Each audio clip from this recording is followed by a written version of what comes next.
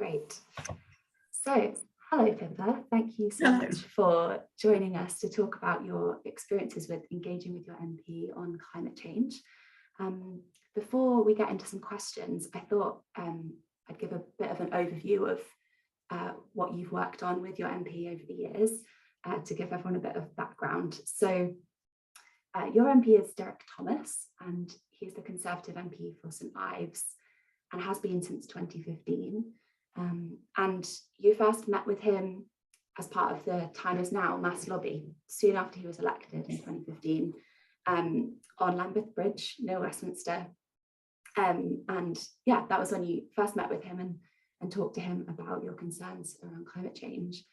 And then since then, there have been many events that you've organised and invited Derek to come along to and speak at and be involved with at primary school, at the cathedral, as part of Show the Love.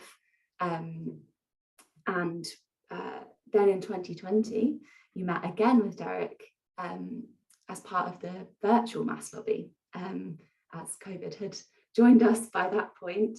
And that was where Derek agreed to meet with you regularly and meet with a group of you and other constituents to discuss climate change. And you've called those the West Cornwall Climate Forums, I believe.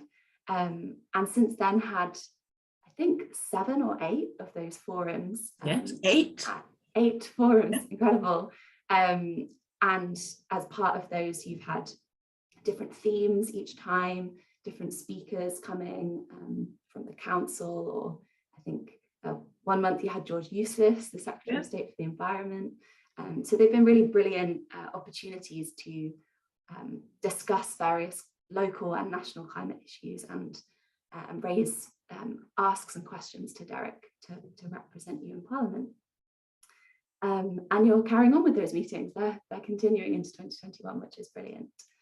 So over the years, you've just really built a positive working relationship with your MP, and it's brilliant. We love seeing how that's taken place over time and how that continues to grow. So that's why we wanted to ask you some questions about your experiences that hopefully will be encouraging to the rest of us here today. So my first question for you is, what were your ambitions at the beginning of the process of engaging with Derek Thomas on climate change? Well, I suppose we wanted to be part of the Climate Coalition mass lobby. We'd taken part in the march in London the year before.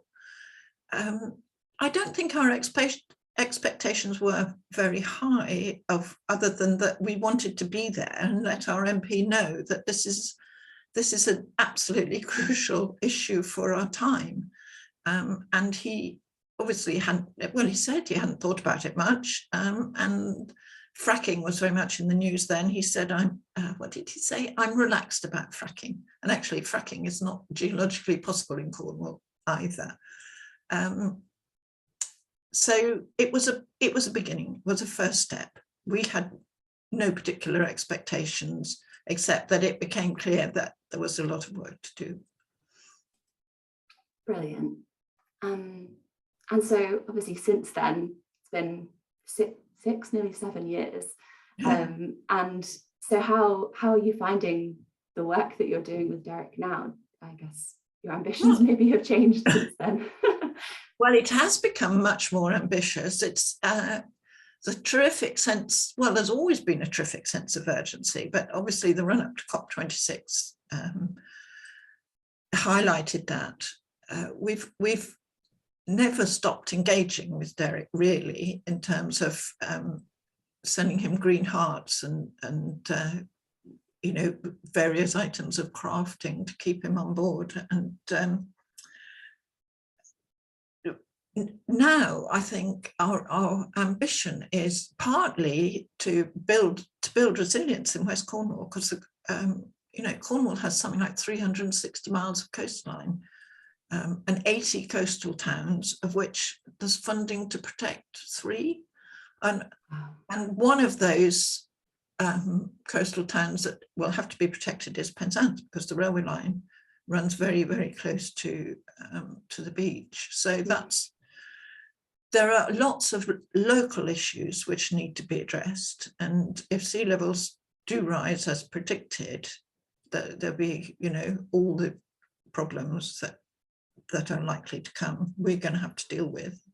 And local people need to know about that, and they need to be ready. So I think, but also I get the impression from Derek that whilst there are quite a number of MPs who in Westminster who are convinced and who feel this is a very urgent matter to be addressed, there are quite a number who don't, and who, obviously the pandemic has changed priorities anyway.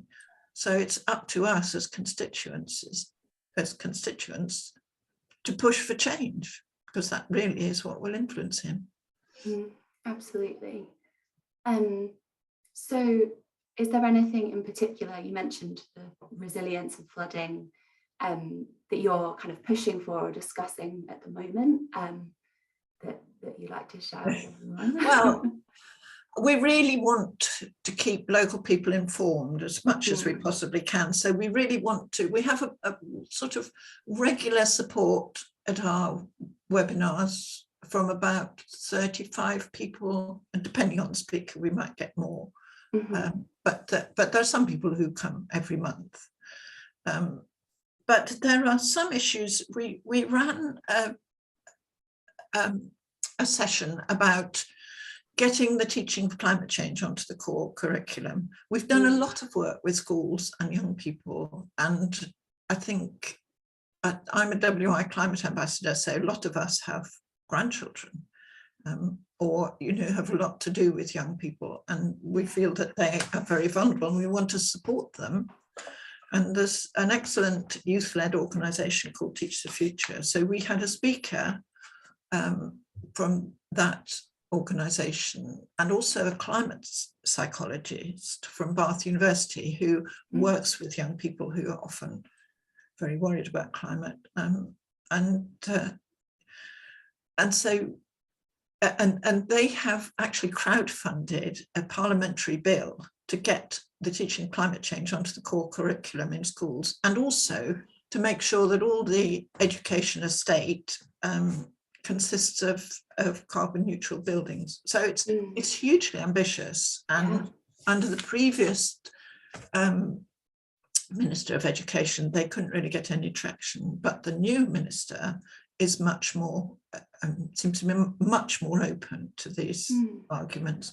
But Derek, Nadia Whitton MP hosted and she's sponsoring this bill, she hosted a Westminster Hall debate, which I followed on parliament.tv, which was good fun. It was a cross-party debate, and Derek spoke on behalf of the bill, which was lovely to see. So, but also he's not an MP who usually votes against the government, but of course Cornwall is the home of Surfers Against Sewage, and also all our tourism is built on pristine beaches and a beautiful, beautiful landscape.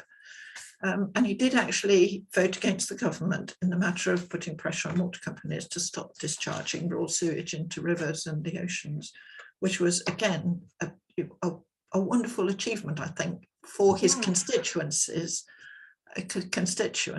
in terms of what we want to see happening as part of the Environment Bill. Absolutely. So those are two important things that we're pushing for. Yeah, and you've seen action from Derek on them, which is fantastic. And he does act, yes. And another thing he's good on, actually, we had at my WI, which is Zena, we had a Say No to Fast Fashion coffee morning on October the 1st as part of a slight latecomer to the Great Big Green Room. But we had a stall with lots of information about microfibers and fast fashion. And Derek's very good on microfibers, and he went off with the report of the APPG on microfibers, which was a win.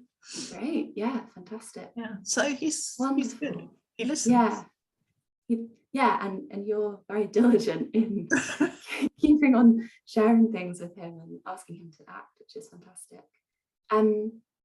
So a final question for you. What would you say to people here today who've not contacted their MP but are thinking about it? What would your advice be to them? Well, only a very small number, a lot of people are anxious about climate change. Only a very small number contact their MPs. And a lot of people say to me, because we have 6 Conservative MPs in Cornwall, and only 2 of them have really been responsive to our approaches. And a lot of people say to me, if I write to their MP, they don't answer. I don't think that matters. I think you need to write to them. And if they don't answer, they've still got the letter on their desk. But we actually had a meeting a couple of days ago to plan our next webinar. And I thought, Helena's going to ask me what I want from my MP. I'm going to ask my MP what he wants from us. And he said, it's incredibly important to have this pressure from my constituents, because a lot of people in Westminster aren't convinced about the need to act on climate change.